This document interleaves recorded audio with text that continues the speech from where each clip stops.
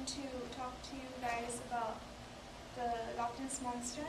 I don't know if any of you have ever seen the movie The Water Horse. It's a Disney movie, The Water Horse, The Legend of the Deep. Well, they based that movie on the Loch Ness Monster, and it's mainly about like a little lonely boy, and he comes across to an egg. Like he finds this like mysterious egg, and it hatches into like a creature that is born, and he becomes friends with him. Well, I'm going to talk to you about if the Loch Ness Monster is real.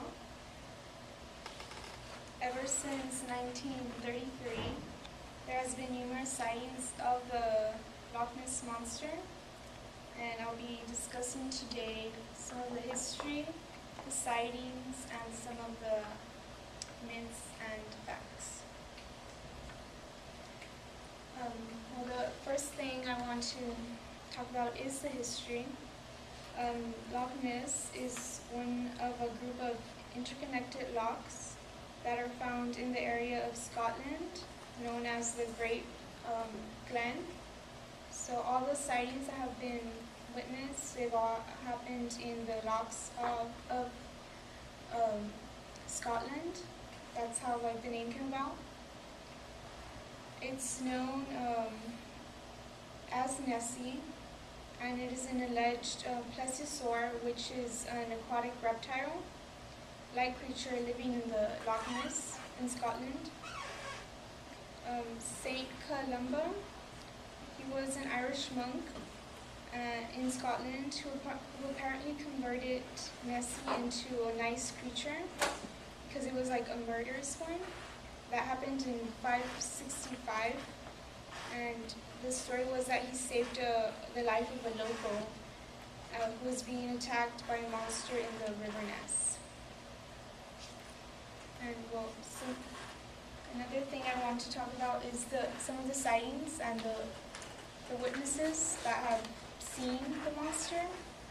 There have been numerous sightings, like I said, in Scotland, and in 1933, a local paper called the Inverness Courier reported a sighting by a local couple they were the Spicers, and they were there in Scotland, and they saw the monster in the water.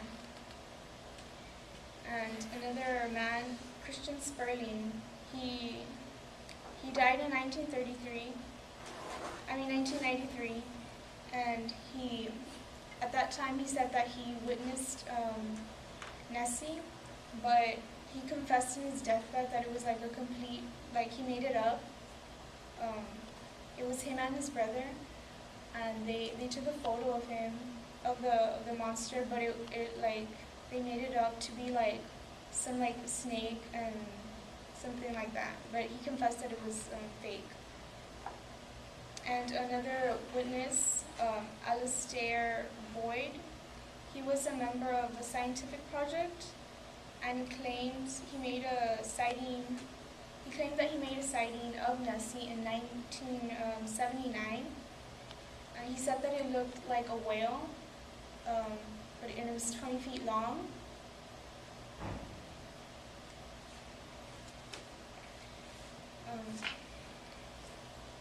And well, now I'm going to talk about some of the myths and the facts about Nessie. And like I mentioned, there have been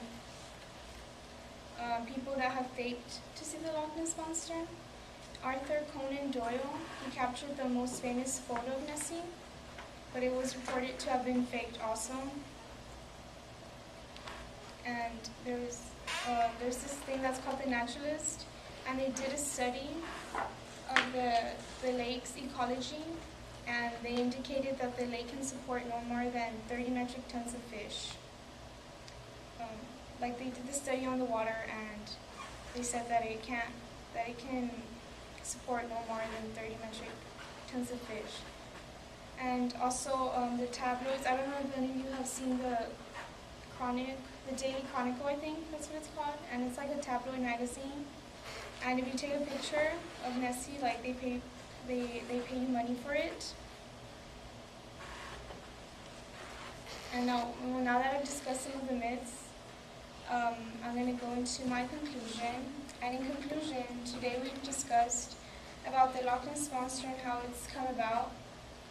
There's Nessie sightings continue to be reported every year, some backed up by proof, and many of the reports come from tourists who are just enjoying the lochs of Scotland. And you should remember that it is impossible to prove something that is not real, only that it has not been found yet. So it's up to you if you want to believe it or not. Thank you.